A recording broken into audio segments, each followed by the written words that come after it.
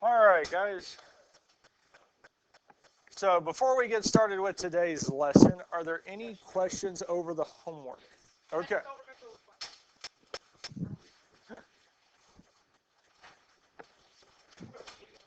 You want to start with 26? Number 26. We're trying to write in set notation, set builder notation, the set of all real numbers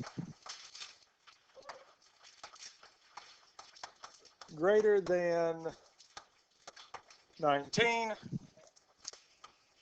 and less than 32. So this is the statement we want to write in set builder notation. Now the main part that we want to do or need to write is the greater than 19 and less than 32. We just need to write this as an inequality. Now we do have two endpoints. Well, smaller than new is 19. The bigger of the two is 32. And that's actually the statement. So the first half, 19 is less than x. So all the numbers greater than 19 and less than 32. X is less than 32. Questions on how we got the inequality? Guys, focus up here. Any questions on how we got the inequality? Now we just need to finish up with the set builder notation, because the set of all real numbers, we get with this here. Brace x bar is the set of all real numbers such that 19 is less than x is less than 32. Brace, and that's your answer.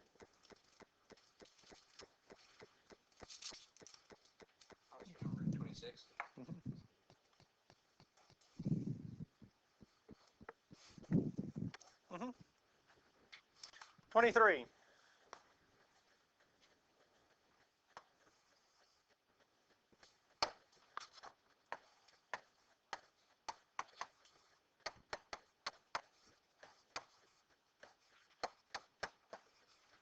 So we're writing this in set builder notation, so we need to write the two intervals. Negative infinity, comma, negative 4 is really telling us that x is less than or equal to negative 4. Because it's talking about, if we looked at it on a number line, we'd have negative 4. It would be filled in because we have a bracket, and we'd shade to the left. So we have all the numbers less than or equal to negative 4. Or our other statement, 4 to infinity, would be that x is greater than or equal to 4. Because on a number line, we'd have our spot at 4. It'd be filled in, and we would shade to infinity, all the numbers that are bigger than it. No. I put the number line in the notes when we went over it in here, because I think for some it's good to see it visually. Because if it's seeing it visually and helps you be able to get the number line or the intervals, use it. If it's not helpful, don't. Now, before we go on to the last step, are there any questions on how we got the two inequalities? Now we just need to write it in set builder notation, which is our brace x bar. Finish it off with the other brace.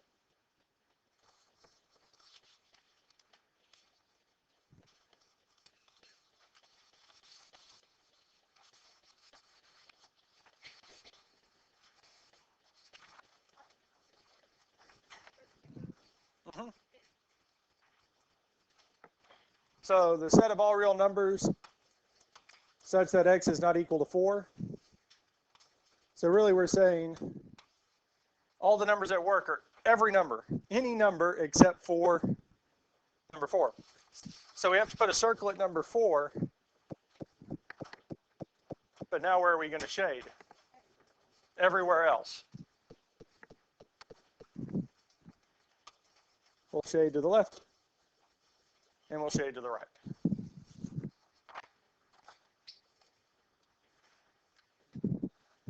So any other questions on these three here?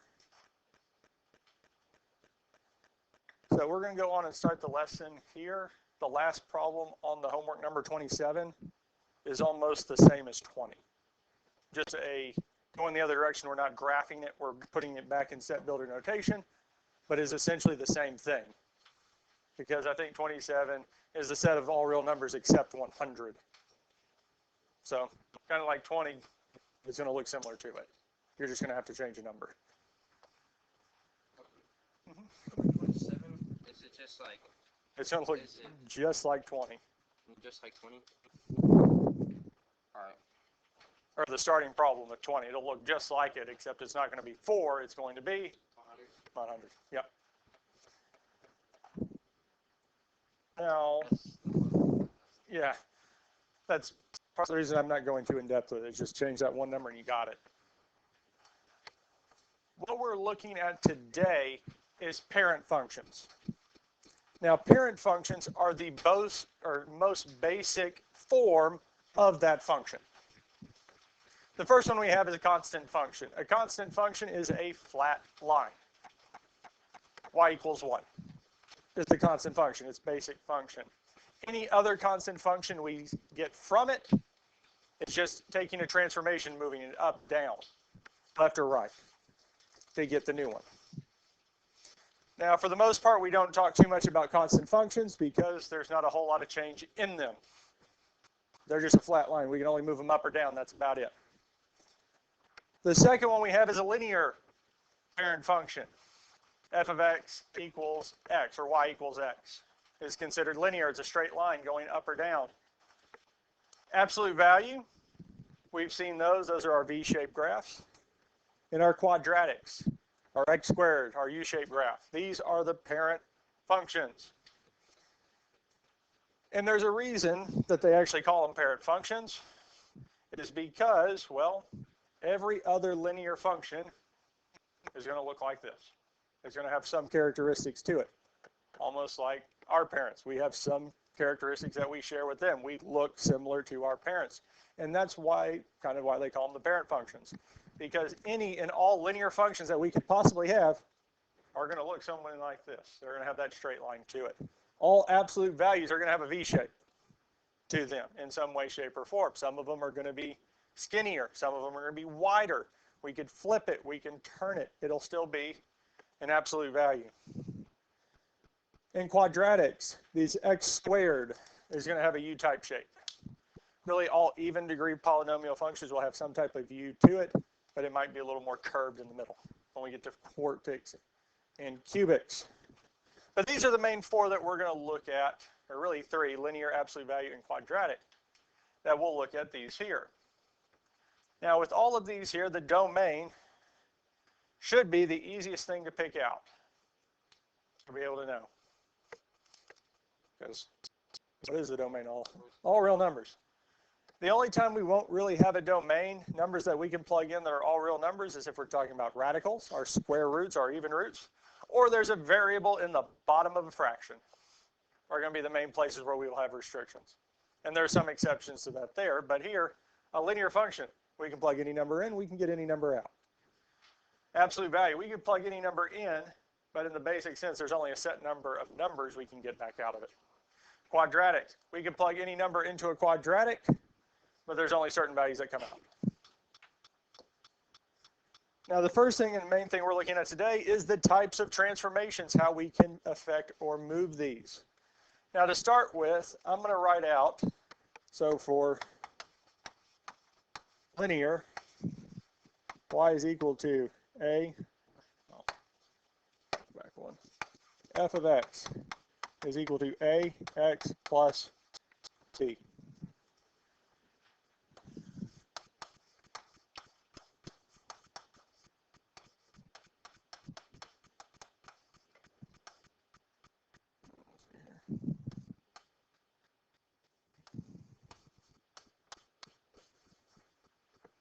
Sorry, I'm going to fix this b. It should be k. And the last one.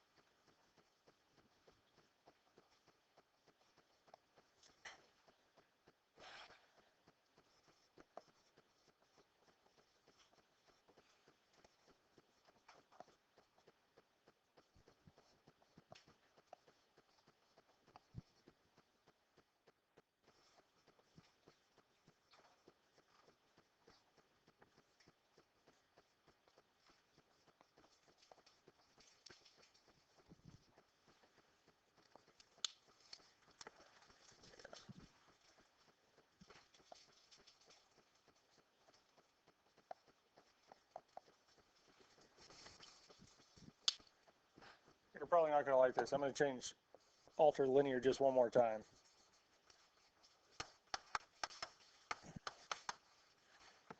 Because the linear that H, and we'll talk about it first, kind of does simplify a little bit, because parentheses, we do simplify those down. It'll make sense when we start working with them.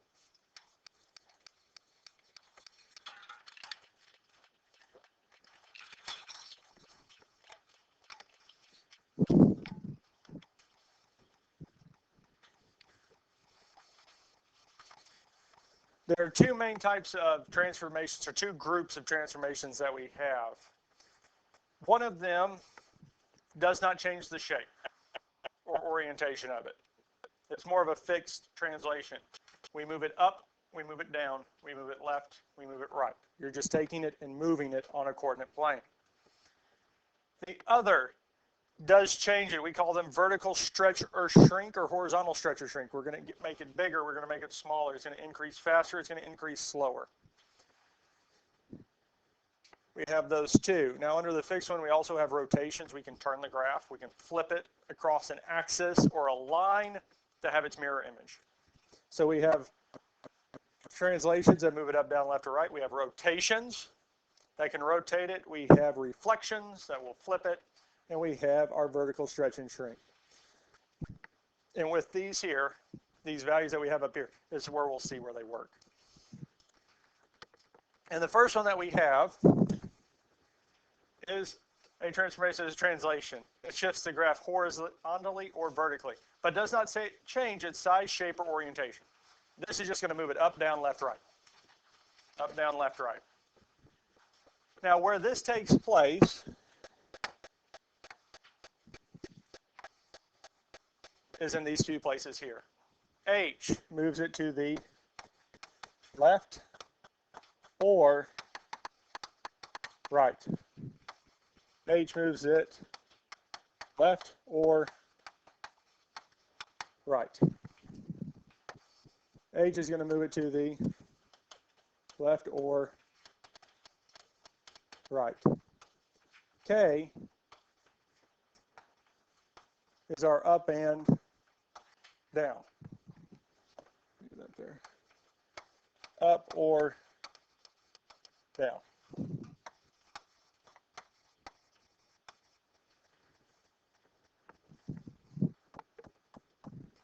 H is to the left and right. K is up and down.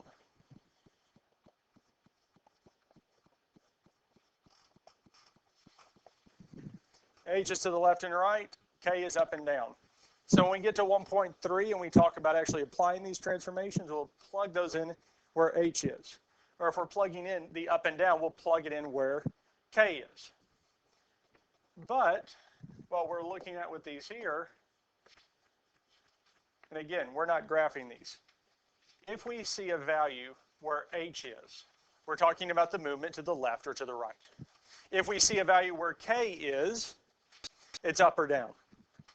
And signifying between the two is really, is it inside parentheses or absolute values, or is it outside? Because if it's outside the parentheses or absolute values, it's up and down.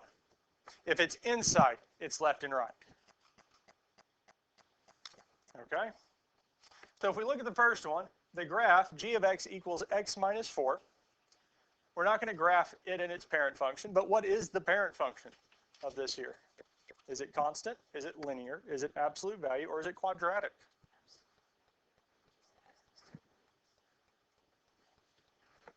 We're looking at one on top. But the next one, yes. But the first one, x minus 4, what would it be? So does it have absolute values? No. So we can't say absolute value. Does it have a square? It's linear. The easiest one to pick out of all four is constant, because constant's just a number. It has no variable. So this here would be considered a linear function. Okay. Now we want to describe the transformation. So we have the minus 4, yes? Is it inside the parentheses, or is it inside parentheses, or absolute values? No. So that means it's not moving to the left or to the right, which only leaves us with what? Up or down?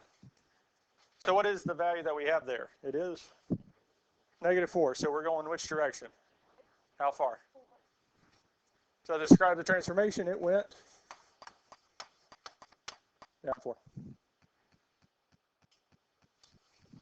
And that's it. Equals.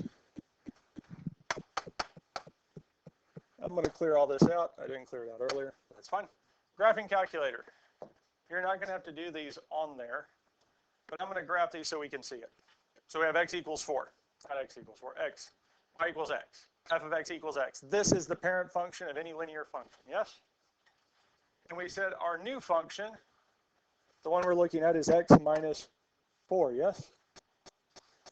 And by our description of what we said, every point on the original graph should do what? Move down. Graph. It moved down 4. Because if I look at the table, our original function started out at the point 0, 0. The new one is at 0, -4. The next one was at 1, 1, but the y value went from 1, 2, which is a distance of 4 units. And if we looked all the way across, it's moving them down 4 every single time. If you kind of see how that is. Yes? All right. Let's look at the next one. G of x equals the absolute value of x plus 1. What is its parent function? Absolute.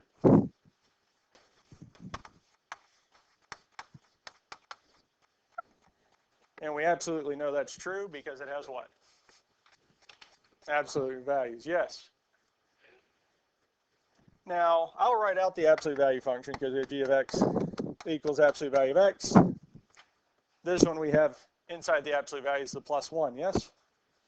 So that's taking the place of where h would be, yes? So that means we're moving to the left or to the right, yes? Yes, so let's look at the graph. Now, the nice thing about this calculator is I can do absolute values. Math over absolute values, and it was x plus 1, yes? Well, before we see both at the same time, show it 1. So we have this here, yes? So it's going to move to the right one, so it should move right 1, yes? All right. And to prove that, we graphed the other one, and it moved left 1. Let's look back at the original function that we had written up. So inside the absolute values, it is what? X plus h or x minus h? X minus h. So, well, I didn't mean to pull that down. It will, but our original is saying that we have x minus h, yes? So is the value of h actually positive 1? No. Because what is the only way I can turn that negative sign into a positive? If I have a subtraction, so really what we're saying is that this is x minus -1. So if it's positive, we go left. If it's negative. Yes. It is the opposite of what we think. Inside parentheses are absolute values. It's going to be the opposite of what we think. And that's going to be the best way I can explain it to you. Because otherwise, we're going to have to readjust it to this every single time. Up and down is exactly what we see. Like the first one, if we subtracted 4 from it, it's going to move it down 4. If we add 4 to the outside, it's going to move it up 4. Inside parentheses and absolute values is going to be the opposite of what you think. So this here is left 1. And this comes even when we talk about horizontal and vertical stretch. Those are going to be the opposite of what you think. And we'll get to those at a later date. Questions on this here?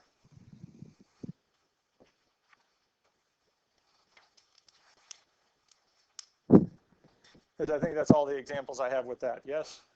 Because for the most part, vertical and horizontal translations, moving them up, down, left, right, we just have to look at them and see. Inside parentheses, opposite of what we think, and horizontal is exactly what we have. A reflection is a transformation that flips a graph over a line called the line of reflection. That's just what a reflection is. A reflected point is the same distance from the line of reflection as from the original point. Now, let's go back here. If it is negative,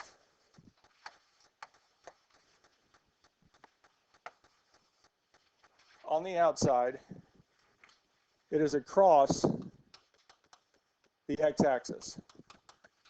If this is negative, it's across the x-axis.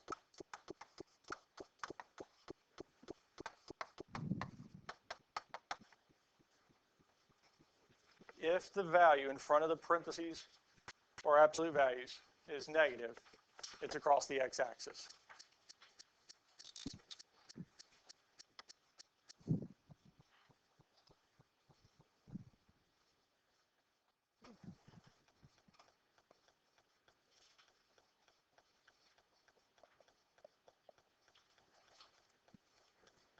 If the number in front of the parentheses or absolute values is negative, it's going to be across the x-axis. If it's inside the parentheses, so the number in front of x inside the parentheses, this number here is negative, it's across the y. Okay? Now that's not saying anything about a number itself, just the sign. Okay? And we'll get more into this, especially in 1.3. But that's the main thing here, because if we look at the graph of negative x squared, well, what is its parent? Its parent is what? Quadratic. What's the giveaway that it's quadratic? Squared. Now the negative, because I got ahead of myself and then backtrack, back where I was. Is the negative inside the parentheses or outside? There aren't any parentheses, so it has to be outside.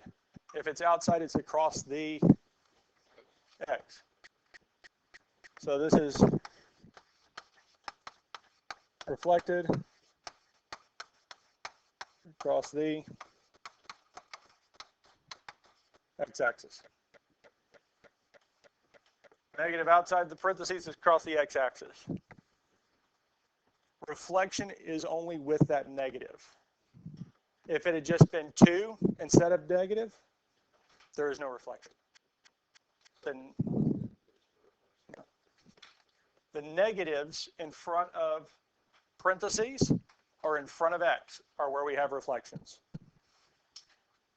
The only one where across the x and across the y doesn't make a big difference is linear functions, because we don't have a set of parentheses. Because if we do have parentheses with linear, we just distribute and get our function. And this one here, I'm going to show you this so that we can see this one here. Quadratic, x squared, graph. We have this here, yes? So the new one, negative x squared, we said it's across the x. So instead of going up, it should go down.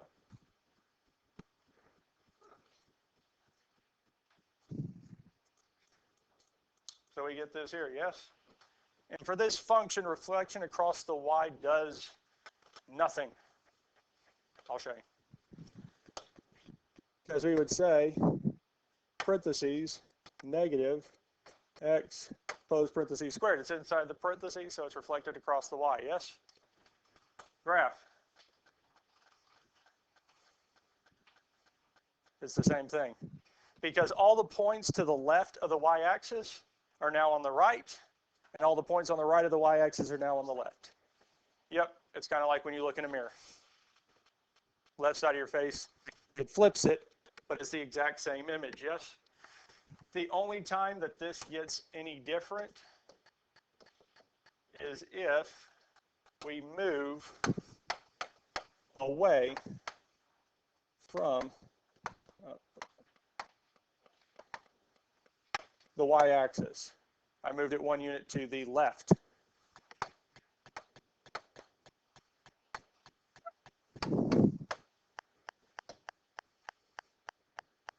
how it mirrors across it. Because as soon as we get away from the center of that graph being on the y-axis, we actually do get a mirror. As a straight just x squared function, it just flips on itself, and we don't have much of a change. Questions on this so far? The next one, what's its parent?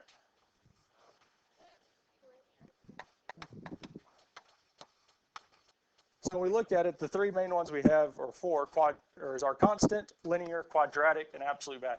Constant's just a number because we have x, not constant. It's not a constant because it would just be a number, x equals, or y equals 4. Absolute value, do we have absolute value bars? Nope, so it's out. Quadratic has to have a square. So all we have left is linear. Now, what's our transformation?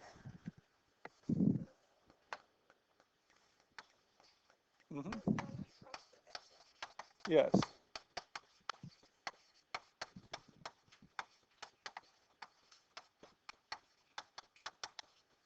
That's it. Even on the homework, that's all you have to put.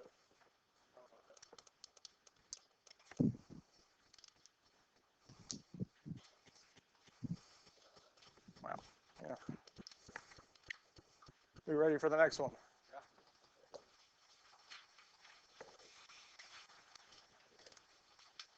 So the first one would be linear. And then what's our transformation?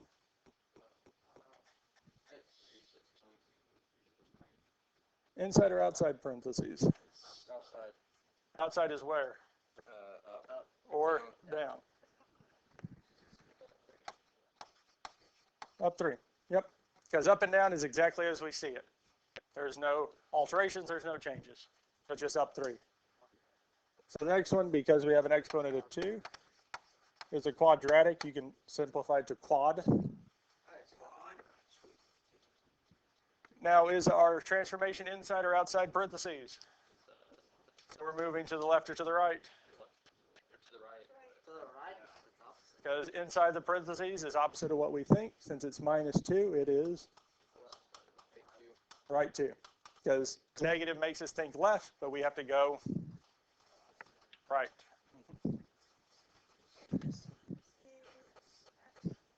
Because we have absolute value bars, this is absolute value function. So negative out front would be reflection across what?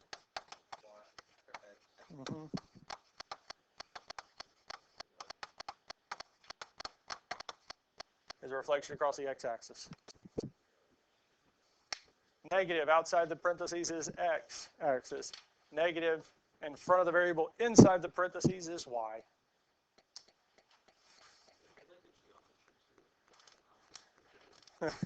We do some of these in geometry.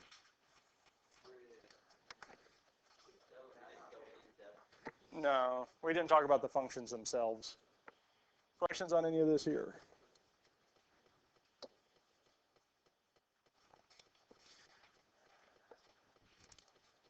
Vertical stretch and shrink. Okay, I've got, yeah. Vertical stretch or shrink. This is also dealing with A, our A value. If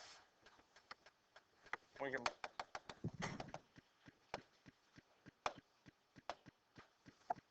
the A value, I'm gonna have to write this somewhere else because I don't have room. If A is greater than 1, it is a vertical stretch. If A is between 0 and 1, it's a vertical shrink.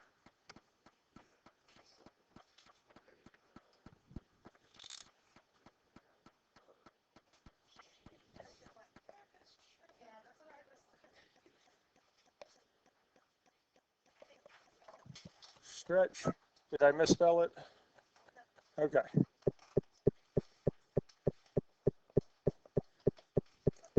Now, notice with both of these here, we're not talking about A being positive or negative. We're just talking about the value of A itself. The number. Is the number greater than 1? If it is, it's a stretch. If it's between 0 and 1, we're talking about most fractions and decimals, then it's a shrink.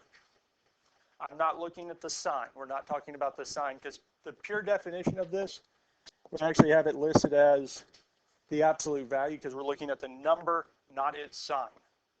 Because the sign for A is a reflection, not dealing with stretch or shrink. How are we supposed to know if A is?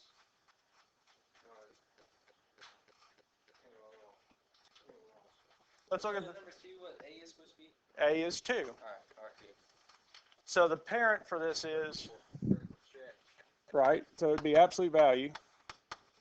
And exactly, it would be a vertical stretch. I want you to give me more than just this. Because yes, the 2 outside the absolute values is a vertical stretch of what? What's our number? So it's a vertical stretch of 2. We got to say how much is it stretching by? It's stretching by a factor of 2. This next one would be a quadratic.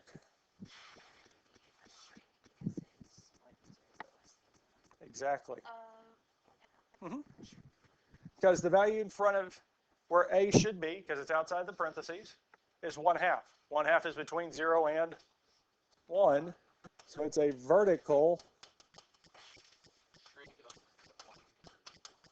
shrink of exactly 1/2.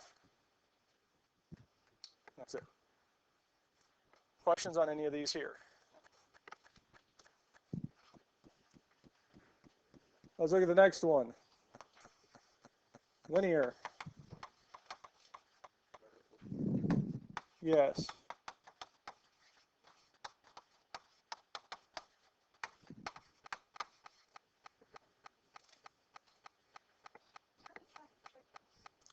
A little bit, yes.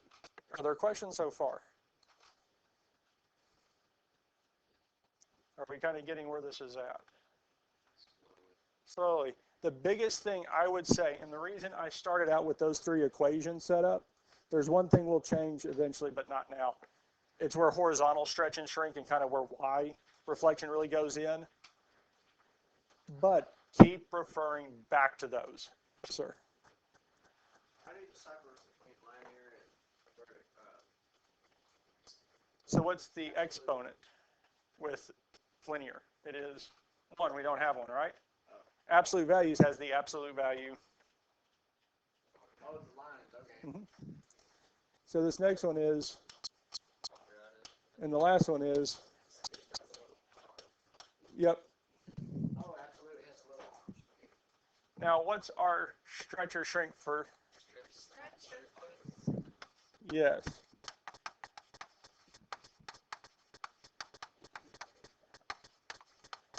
Yes. Because there is such thing as a horizontal stretch and shrink. And the last one is,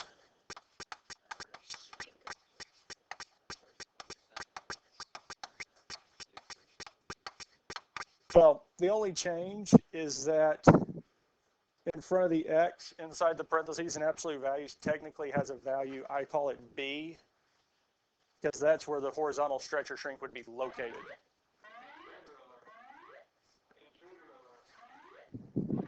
Any questions on any of this here?